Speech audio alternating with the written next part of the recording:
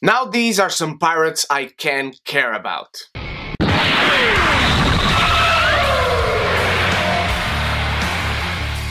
Black Sails Season 4 is just wrapped. The series has aired its final episode ever. For those of you who don't know, Stars, which is the channel that airs Black Sails, is also the channel that aired my favorite series of all time, Spartacus. And Black Sails, honestly, after its last episode, after the entire series has come to a conclusion, it's probably one of my favorite shows of all time as well. Black Sails is basically the prequel of Treasure Island, the book by Robert Louis Stevenson, and it tells the story of John Silver and Captain Flint. We know John Silver to be the main bad guy in Treasure Planet, but there are a lot of nuances to that character, and in this show we get to know those nuances. I'm not going to be able to talk about the series overall, but I'm going to mainly focus on this last season, and this last season was Flint and Silver to a T. This show built to everything that the season was as far as their relationship is concerned, and much more than that.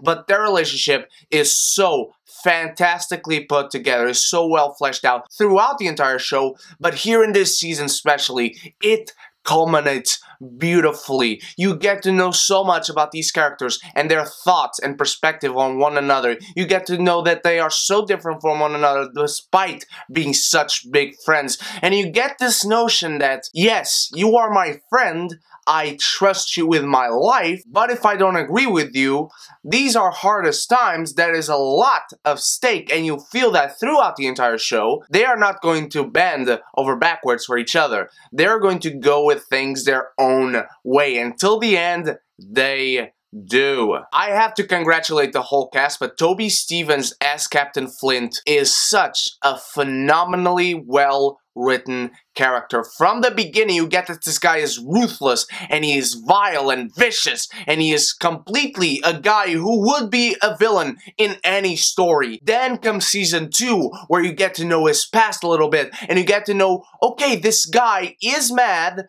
but there's a method and a reason to his madness. You get to know his backstory, that he came from politics. He knows how to think politically, and that's what the show builds as well through Season 2 and also Season 3, where you get the battle for Nassau, and in comes the UK, and then the UK aligns itself with Spain. This show completely builds to a T, where you have pirates and the governments fighting each other, and it's just so well done in terms of storytelling. And Luke Arnold as John Silver, when I first saw this guy was going to play John Silver, Long John Silver, the ultimate badass when it comes to pirates, yeah, that was not going to work. Holy shit, this guy surprised me throughout the entire show. Not only visually because of his appearance, but on a certain psychological level, you see this guy evolving. You see this guy becoming completely different from where he was in the beginning. You get to see this guy progress. You get to see this guy evolve. You get to see this guy going down a path that is much darker than the one he expected, than the one that was set for him. This is the John Silver we know in Season 4. This is the John Silver we fear in Treasure Island. This is John Silver that is such an interesting character. There are so many nuances to him. Yes, he is a bad guy, but is being a bad guy the same as being a villain? No. If you are still not convinced to watch this show, besides character work, the scope is so enormous. There is little CGI in this show, and what little that is looks great. The scope of this show is amazing. They literally shot this show on South Africa to make the battles in Nassau, to make the islands feel real, to make the environments engaging for an audience watching the show, and they pulled it off beautifully. The battles on the ships are incredible. The hand-to-hand combat is amazing. I love the fights on this show. It is so well done and put together. These are some of the best fight scenes on television for the last 4 years. And again, these pirates are not fun-loving pirates. They don't want to dance on the docks of the ship. I can very well summarize what the pirates are in this show, how they are portrayed. These are the mafia of the old days. They are The Godfather. This show is Godfather with pirates because you get so many politically interesting plot threads with these characters, with the pirates, how they work, why they work that way, and you get to understand characters and world building and why they make certain decisions so well. There is political intrigue in this show throughout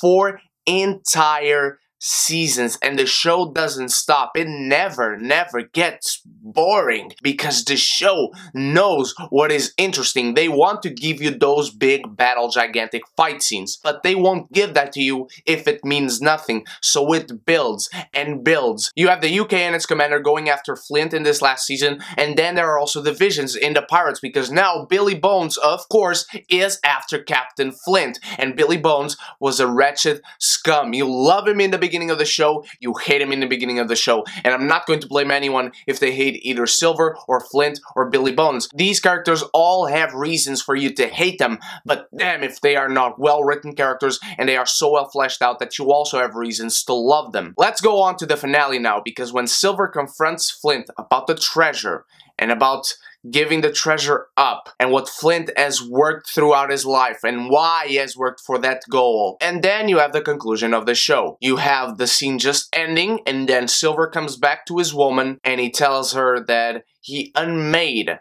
Captain Flint. And so we get that little notion of Silver, he's not a saint. He isn't. He's not a good guy. In fact, many people, as well as us as an audience, if you have ever read Treasure Island, which I recommend, you know that Silver's not a good man. In fact, in many people's eyes, he is a monster. And that is somewhat portrayed, but this show never lets you see things in black or white. There's always gray. This show is constantly gray when it comes to who's the good guy, who's the bad guy.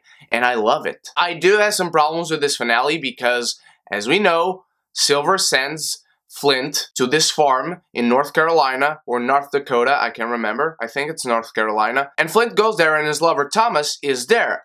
And so Flint is finally happy and he's going to stay there with Thomas for the rest of their lives. In this time period, I honestly don't think that's very safe for two homosexual men to live together openly. I am not judging. It's not like I disagree with this because they're homosexual. I actually like very much what they did with the character of Flint because it gave him so many more dimensions. I love it. Season 2 is the best season for me precisely because of that. But how safe is that? What Silver did, what Flint decided to do, how safe is that? I don't think it is. So I would much rather John Silver just out loud kill Flint. That would be finite, that would be over with it, and that would give much more nuance to Long John Silver. When Silver tells this to Maddie, she asks him, how did he manage to take people into North Carolina and back, and then bring Flint over to North Carolina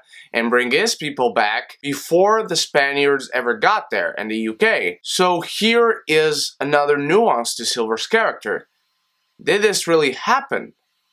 Or did he just kill Flint? And the series ends with that question not being answered. On one side, I love it because of what it gives to the character of Silver. On the other side, I would have wanted to know a definitive answer, because if it is true that he sent Flint over there to the farm, again, it's a dangerous situation for homosexual people at that time period, which isn't fair, but in realistic terms, it was dangerous. I do think they do give us a little peace of mind because the show ends with Silver and Maddie reuniting when he's over there at the cliffs looking on at the sea, and she goes to him and they make peace with each other. Either she believes him and it's a lie, or it is true and we have to live with the notion that Flint is happy with Thomas and Silver is now happy with Maddie and he was a friend to Flint in the end. I also gotta say one of the high points of the season was that they killed Elena Guthrie right from the start. About in the third or second episode, they immediately kill her.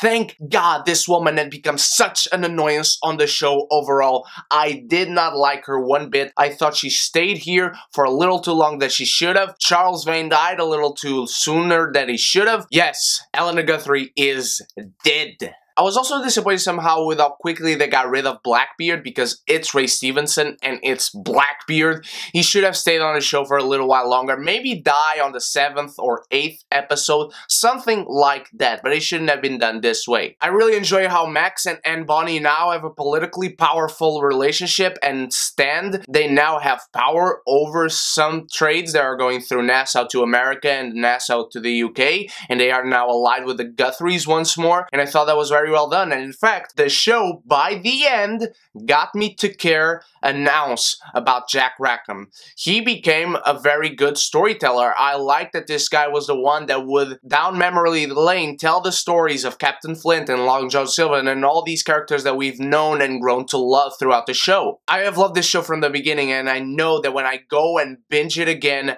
I am going to see so many more things about these characters from when they started to where they ended. Flint in the first season is completely despicable. I did not like him at all. He was a complete villain, and that was that. But then the show evolves once more, and it keeps evolving for Flint, for Silver, for Billy Bones, for Guthrie, for Charles Vane, for Jack Rackham, for Anne Bonny, for Max, for everyone. No character is wasted. The scope of the show is grandiose, and it looks beautiful. The cinematography is fabulous in this show, as well as the entire score, including the intro by Bear McCreary. This man is a god of music. This show should immediately hook you when I tell you it's Mafia in the pirate world. It's The Godfather in a pirate show, and it is. It is also Game of Thrones because of the politically interesting plot threads that are going on, and everything in the show is interesting, and it keeps going at it in a perfectly well